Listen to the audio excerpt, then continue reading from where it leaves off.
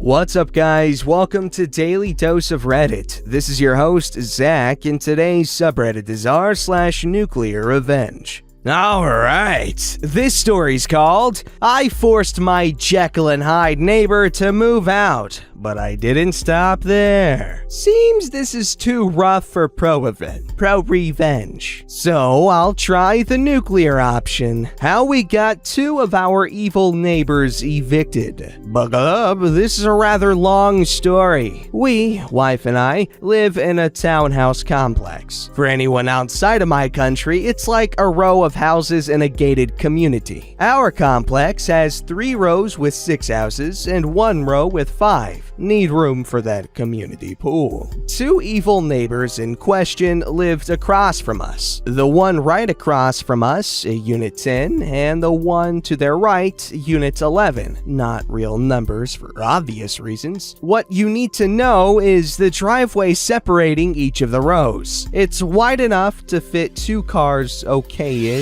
If both cars are traveling slowly, they can pass each other with ease. When they first move in, we got along okay with them. I even played games with their kids, 3 each per unit, when walking past my house from the car park. I thought they were good families, as when the kids did something like kick balls at our wall and not stop, I would tell the parents and the kids would get punished. I explain this cause in just one day, they went from a nice family to assaulting my wife. We came home from an event, I think the movies one night. Another neighbor of ours made it to the driveway before us, so he was first. The people in number 10, whom I will now refer to as Psycho Bimbo and Booty Hole Husband, had their family van parked out in front of their house. Across from my house, kids were getting in and out of the van while Psycho Bimbo was keeping an eye on things. Our other neighbor, who lives on our side of the complex, right next to us, moved his car slowly past Psycho Bimbo and the van first. We will call him Nice Neighbor for now. When Nice Neighbor slowly moved past the van, there was no problem at all. My wife was right behind Nice Neighbor and did the exact same thing. Slowly moved her car past in full view of Psycho Bimbo. The strange thing is that nothing happened. My wife made it past without even a glare. I got out and opened the garage door for her to park the car. We reversed the car into our garage and I was about to shut the rolling door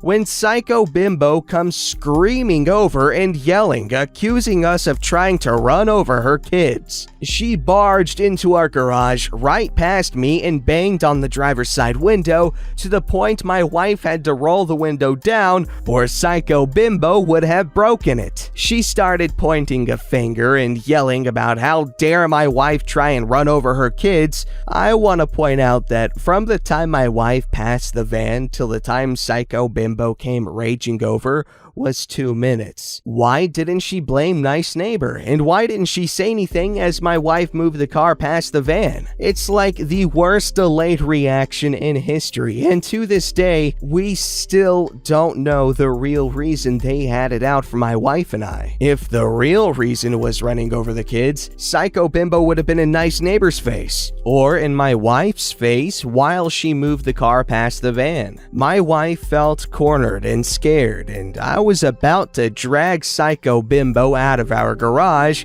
when Booty Hole Husband came storming over and threatened me not to touch his wife. So I had to leave my wife cornered and defenseless as to hold off Booty Hole Husband in the driveway. After a few minutes of screaming at my wife, Psycho Bimbo went too far. She slapped my wife across the face, and her sharp nails left multiple scratch marks and bleeding. That was the last straw for me as my adrenaline kicked in. I'm not a violent person. I like to think I'm normally smart by having a policy of the best defense is to not get into a fight in the first place. I stormed over to Psycho Bimbo, but Booty Hole Husband grabbed my shoulder from behind and demanded to know where I was going. I turned around and gutted the idiot in the stomach with a right hook, then ignored him as he went down. I grabbed Psycho Bimbo from behind as she was still wailing on my wife and threw her to the ground outside outside of our garage. I told them to rack off, polite way I said it, and leave us alone. We went inside and called the police to file a report. The police took notes and photos. I even said I punched Booty Hole Husband in defense of my wife. I got nothing to hide. The police didn't do much apart from take notes, and that was it. The Jekyll and Hyde 180 they pulled on us from good neighbors to assaulting my wife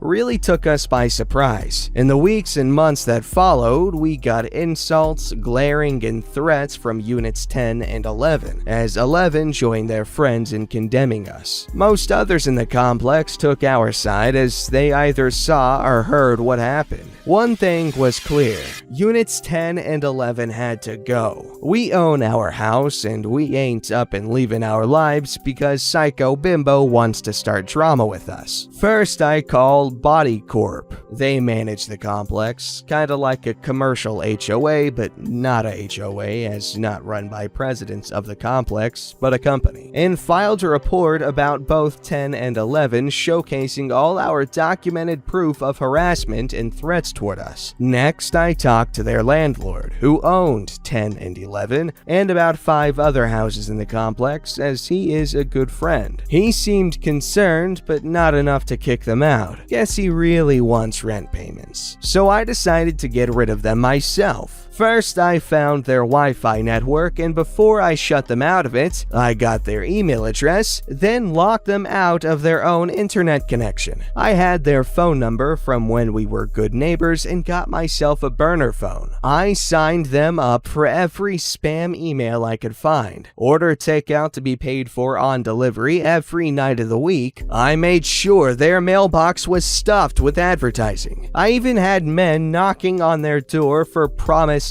fun, only to leave angry, and had Booty Hole Husband and Psycho Bimbo at each other's throats. I made sure their phone was ringing at all hours of the night. They even threw the phone out the window. As a final favor, I had a friend who runs a dog washing business come around pretending they booked her. When they explained they had no dogs and told her to step off, she finally understood what we've been dealing with. They kept berating her to leave, throwing in racial slurs. Bad idea. She took out the hose meant to wash the dogs and sprayed Psycho Bimbo and Booty Hole Husband and inside the house all over their carpet. I think they finally got the hint and moved out only a month later. Number 11 followed them a few weeks later. The entire complex had a huge pool party and celebration, but I wasn't gonna let them off that easy. Psycho wailed on my wife for no good reason. Prepare to lose it all. From when we were on good terms with Psycho Bimbo and Booty Hole Husband, I knew they were on temporary visas while trying to apply for permanent residency. I made sure to mention to immigration where they had moved to, thanks to friends in the rental market, and handed over the police report of them assaulting us in our own home for no good reason. Seems Psycho Bimbo didn't make her own police report, so ours was the be-all and end-all, and was enough to get them kicked out of the country. I know the country they come from. It's hard to get work. Why a lot of people from that country move here. I feel zero remorse for booting them out. Zero zip nada. Well, definitely seems like the parents weren't very good people, but now it seems like the kids are facing the consequences of this revenge as well as the parents, which is not a good thing in my opinion, because what did the kids do to you? Regardless, they got what was coming to them, just poor kids. This story's called Cheat on Me and I'll Ruin Your Life for Everybody You Touch. Ronnie was a serial cheater throughout high school, but he was more than that. He was manipulative. He would blow through relationships, typically 4 at a time. They would only ever last a week to a couple of months before the girls would catch him cheating. He'd proceed to leak their nudes or spill their secrets and move on to a new demographic of women. He was charismatic and scapegoated his problems onto his dying father. It didn't matter anyhow. He would destroy the victim's reputation until they weren't trusted. Anyway, despite this, I was in love. I was a side piece through it all. Morally, I knew it was wrong, but I had never been in love before. Besides, he wasn't lying to me like the other girls. He was honest about the fact he was cheating. I was special. I stuck it out. 2 years later, and he's fallen in love with me too, or so I thought. He vowed to give up cheating. He even gave up a video of the adult variety just to have me love him back. I accepted it. We planned to marry. He was always so smart about his manipulation. When friends blocked me randomly or called me abusive, I thought it was just a misunderstanding. When people began to become aware of deep personal secrets, I thought maybe I had slipped up during a conversation. No one ever told me Ronnie had called me abusive,